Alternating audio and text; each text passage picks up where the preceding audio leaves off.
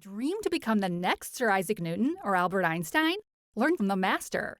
Refath Bari. Watch his videos to achieve your dreams. Alright,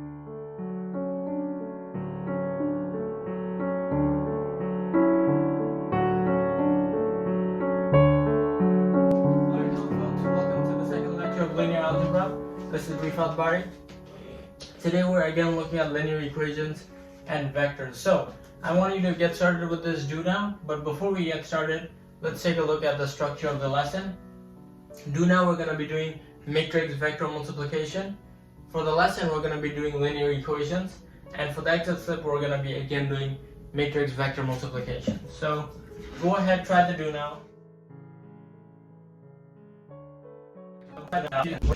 Okay, we take 5 and we multiply it by one column of the matrix, and we take 6 and multiply it by the second column, right? And that will give us what? This becomes 515, and this becomes 12. Well, 6 times 4, 24. 12, 24. And then we add these two matrices, or two vectors I should say, two column vectors, and we get what? 5 plus 12, 17, 15 and 24, 39.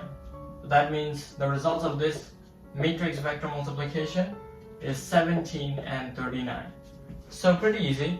It's a useful skill to learn, and it's going to be very important in what we're going to be doing next, which is lesson.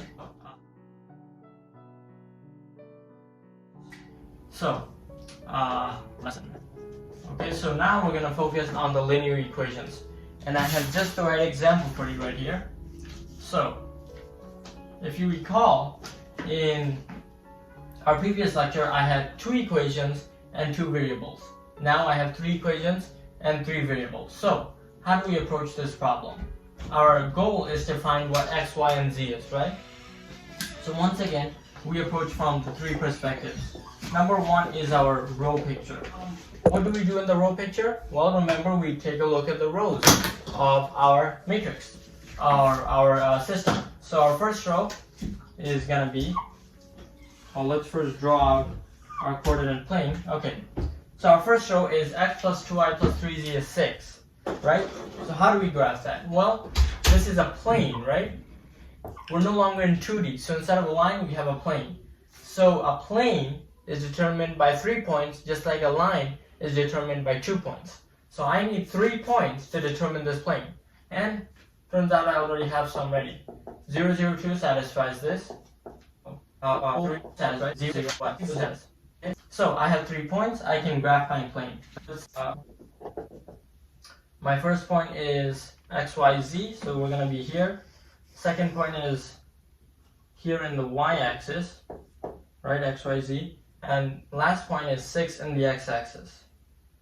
So right here. So how's my plane going to look like? Well, my plane is going to pass through all 3 of these points. So, hard to draw, but something like this, right? How about my second plane? Okay, well, once again, we need 3 points. So I already see 2, 0, 0 works. 0 works. And 0, 4, 0. Yeah. So once again, we have our 3 points, and I can graph it. Okay, so I graph that second plane. It's gonna intersect the plane I already have in what? Through a line, which is this dashed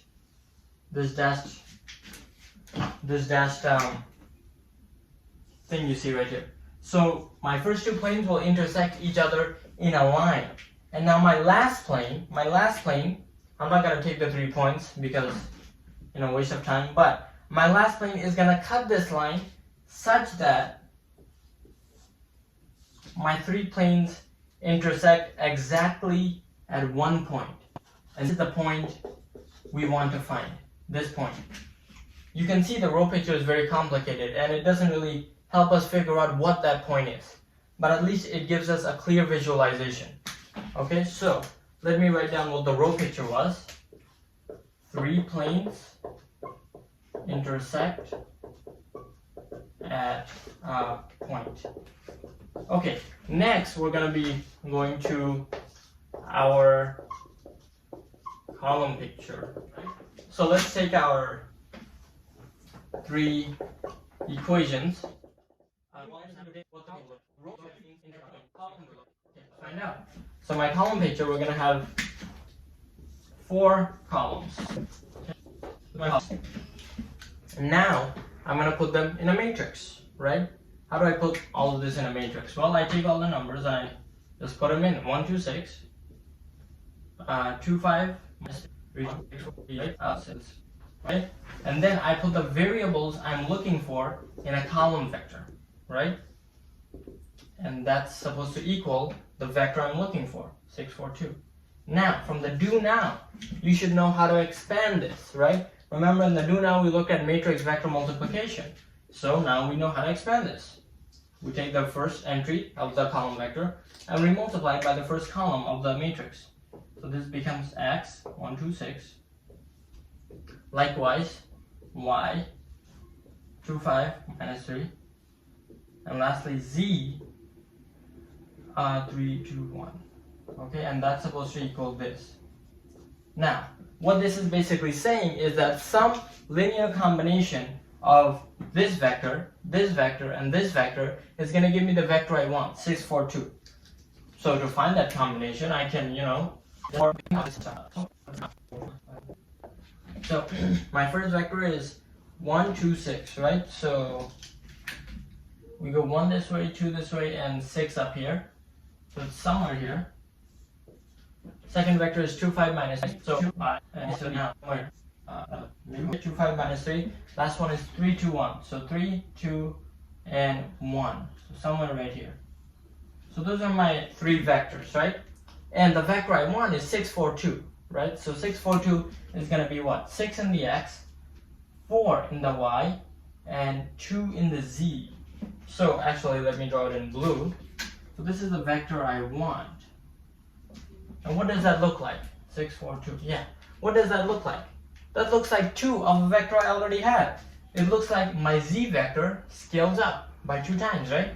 It looks like I need this green vector twice to get the blue vector I want. That means I want 2 of the z vector. Turns out I don't need the other vectors. 0, 0. And boom, you've seen the power of the column picture. The row picture didn't tell us what the point we were looking for was, but the column picture showed us. The point, or the solution I should say, is 0, 0, 2. Now we look at the exit slip.